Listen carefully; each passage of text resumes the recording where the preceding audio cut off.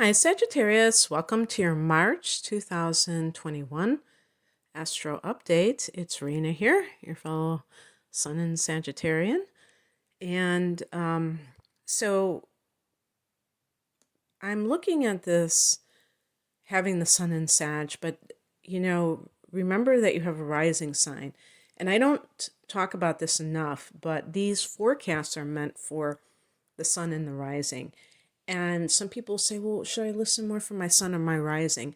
And actually, um, in an ideal world, it would be the rising sign because of the natal chart and the mundane events and whether that indicates more accuracy with that.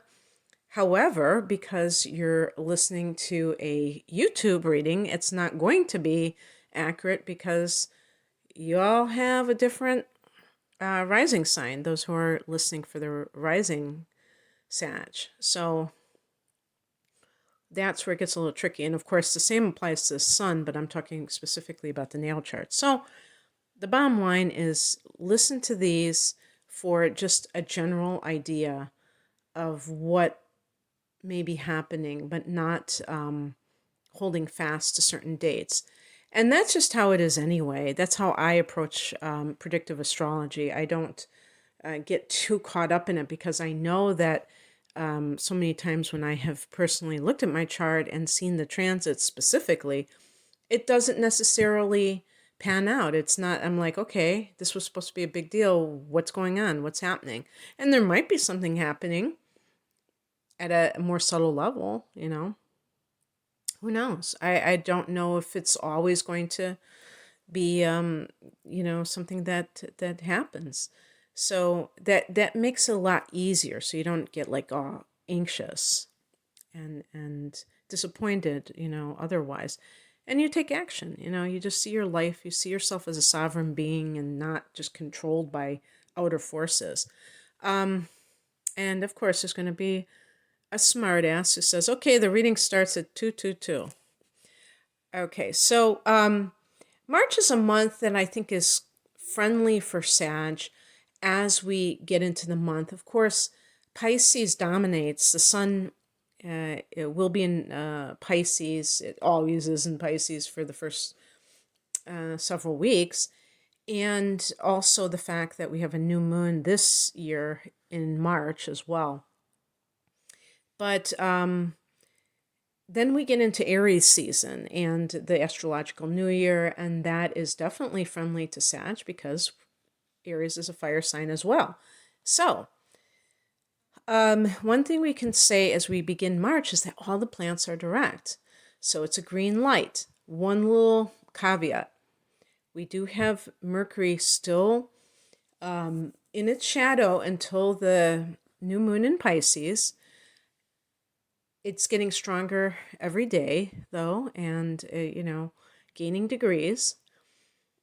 And on the 3rd of the month, Mars goes into the opposite sign, Gemini. Okay, so Gemini is the ruler of the 7th house for Sag.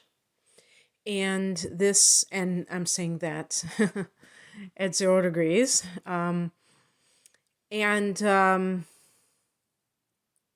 So in that particular case, if we look at it as 7th house activity, this can indicate a lot more activity with your partner. So we could also say conflict. It all depends on the type of relationship you have. If you have a contentious relationship, it might throw gasoline on the fire.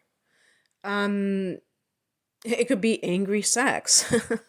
It could be, or it could be just more sex. It could, Mars can be the sex drive. It could be that all of a sudden, out of nowhere, it's just like coming alive again. And maybe the two of you have not been getting busy and now you are. Could be more bickering for those people that already have that problem. Could be doing stuff together. Maybe you've been kind of like nesting and now you're going out and you're being more active, going hiking or, doing some activity together. And I would say even with the seventh house can be open enemies, which is kind of weird. I don't always know the origins of some of these designations. Maybe some of you who are astrology buffs know like how the seventh house is designated that way. Because and the reason that I don't understand is because Libra rules this house in the universal chart and Venus. So where do enemies come into play? But the point being that this aggressive seventh house can be, kind of getting into fighting mode. I was going to say the fighting Irish, getting your Irish on. But I was thinking, is that politically incorrect? That's probably politically incorrect. I'm actually half Irish and half Puerto Rican too. So there you go. Very strange combination. The point being that the seventh house is courtroom activities, so like lawsuits and other court matters. So maybe there's some kind of a fight going on, and it's heating up. It's heating up, especially as Mercury coming out of its shadow. Maybe there was some kind of delay, and now it's heating up again. The seventh house can be your clients, if you have clients, and maybe either there's a conflict with them or you're just more activity. So maybe, in a roundabout way, that shows that you're going to have more activity with clients and more business. On the 13th, we have the new moon at 23 degrees of Pisces, and Pisces for Sag is the fourth house of home and family. So moving house for some. For other people, there could be like a new, it's really weird. It could be like a new cycle for your living arrangements that could involve endings, as weird as that sounds. Because even when there are new moons in the seventh house, it could be divorces. And that's the new situation that is occurring in that particular sector. So that kind of thing can come into play. I do think that Sages will be tending to move and make other big life changes if you haven't done so in 2020 because of the eclipses, the solar and the lunar eclipses in your sign. So just change is inevitable, and moving is one of the biggies, along with maybe changing jobs. And the interesting thing about this is that this new moon may give you new ideas if you're not actually in the process of moving, especially since a couple of days later Mercury goes into the same sector. So Mercury is your mind, and it's thinking about these things. So that could also be coming into play. And the other thing I want to say about this is that the fourth house is, your family of origin. So, if there's some kind of a will or something lawsuit, maybe a home that is not your home, but the parent's home, or, whatever surviving parent, if there's only one parent left. And if you have to fight on behalf of the parent, or something is going on with that home, you can come to a new understanding. And I think that the fact that Mercury comes out of its shadow on the 13th, on the same day as the new moon, is significant, that we can tie it to something along these lines. It will be at a late degree of Aquarius. That's where it retrograded after all. And then just a couple of days later, it goes into a new sign and a new house. So just these areas. By the way, the third house can be siblings. So these areas can be quite, active. family of origin. And maybe having a new relationship with these people. Even if you're in your 50s, even if you're a lot older, and it sounds kind of funny to say something like that, but sometimes it really does take middle age or even older to get a grasp on what exactly you were working with. Sometimes you can really be under a spell of some kind of fantasy that never was for a long time. On the 20th, the sun goes into Aries, the astrological new year. I was going to say, woohoo, but it's like, okay. It's spring in the northern hemisphere. I've said this more than once. I just don't understand. I can't wrap my brain around it being fall and being March. It just blows my mind. Just because of my vantage point. I've had some Aussies try to explain it to me, and it is what it is. But I wonder how people down under feel always hearing about spring in March, and especially given the fact that astrology seems to be, corresponding to this northern hemisphere. And of course, where it was created, that makes sense. But I think it would be the Middle East. I don't know. Now, anyway, so this is a time. I'm just going to be specific for those in the Northern Hemisphere to feel that sense of rebirth. It is change, though, regardless of where you live. This is equinox.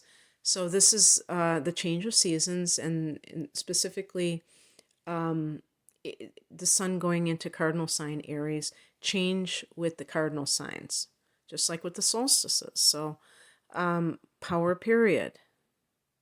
And March has been cited by numerous energy, I don't know what you call those people. I guess you'd call them psychics, but they do energy updates and stuff. Or people who are, I guess you call them seers or something, as being the turning point for us in terms of 2021 and the themes of 2021 of more freedom. The number 5, this is a 5 universal year, so what does that entail? And it entails freedom. And you may be like, yeah, right, because people were joking in January of 2021, like, okay, when is 2020 going to end? I thought it was ending in December. And even people who don't believe in astrology, it's funny, isn't it, that they always look to the new year as being a fresh, like a clean slate, okay? And it's like, it's just, an eternal now moment, right? I mean, time is ultimately an illusion. So why would we ever think like that? Well, I think we like to have it both ways. And I think that, measuring time has its purpose. So if we look at this year in terms of an energetic imprint and we see the number 5, it's mercurial. So it means change. It's connected to Mercury. So, and 320 adds up to 5. And if you add the year 5 and you just add that whole date, it adds up to a 1, which is a start of a new cycle. So it's really indicated that this equinox is like all systems ahead. And so, trining Sag. And interestingly, Aries for Sag is the 5th house. And the 5th house is like so much fun. This is Leo's house, fire house. And it deals with creativity. It deals with children. It deals with love. It deals with your business, if you own a business, which is a creative endeavor. And it deals with pleasure. It deals with fun. None of the other houses are quite like the fifth house in terms of what it represents. So this is a period of time for you to always reserve time to just let your hair down and just have a good time, and maybe schedule some things that you really enjoy doing. I don't think I have to tell that to Sag, because I think Sages love to have a good time. Okay. And exercise your creativity. I should always say that as well. On the 21st, Venus goes into this house. Woohoo. So if you're looking for love, this is romantic energy. The sun is there, Venus is there. Don't forget, the sun in the tarot is such a great card for love and all things that are good. So Venus is a monetary blessing as well. So that can indicate that you can gain some kind of monetary reward for your creative endeavors. Whether you have created a product to sell, or whether you have decided to sell some kind of, your knowledge in the form of being a consultant, or you're creative, like if you're a singer and you're making a living from it, or I shouldn't say like you're just making a living from it, but you're just earning money from it. And it's just very romantic. Maybe there's a new love interest in your life. On the 28th, there's a full moon at 8 degrees of Libra, another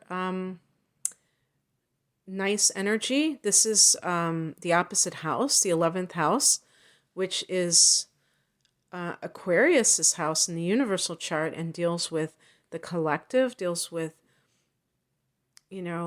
anything to do with social situations, group situations. Full moon here can, I think this can even, some of you are going to actually have this, maybe the majority of you are going to have this in your 10th house, who are later degrees. And in the 10th house, this is the house of career. But sometimes I see connections between the 10th and 11th houses in terms of goals. The 11th house is a house of goals, long range, hopes and wishes, that kind of thing. And you could see the fruition of something that you've been maybe working towards. But, Chiron is in this house for you. And to me, this has like a healing angle to it. I'm sorry, I was looking at the wrong thing. Chiron, I just want to say this very quickly, is that Chiron is in your 5th house of romance and creativity, and that has a healing influence, not only for you in terms of all the transits that occur, but for other people as well. Because if you create something, it may help other people. And so with the full moon in the 11th house, in the opposite house, it's you touching those people. Full moons can be a time of, abundance and manifestation. So reaching the masses can be the 11th house, and so I could see that happening in some way, and maybe it's due to some kind of creative project that you have. The 11th house is also the internet, so maybe it goes viral or something like that. So very interesting. And so that may be a very social time for you, maybe a happy time when you're able to realize a dream. And well, another thing too, going back to that Chiron, it will form an opposition. So even though we look at oppositions as challenging energies, because these are these complementary signs of Aries and Libra that are spanning your your 5th to 11th houses. And the fact that I don't have the exact degree of Chiron, but I think it might be around that 8-degree mark. Maybe it's about 9 degrees. I could be wrong, but it might be like an actual opposition at the time of that full moon. It's like the healing is coming from perhaps whatever you are putting out creatively, and it's helping many people. And this can run the gamut. I mean, people have produced art or written work that have inspired many people. There's so many different ways we can do that. But anyway, that's what I have for you, Sag. I hope that you enjoyed this. If you would like a private reading, I have all kinds of astrological readings. I have a tarot reading, personal tarot reading. I have specials where I have combinations of readings and at a special price. So please check out my website for more information. The link is below. Take care. Bye.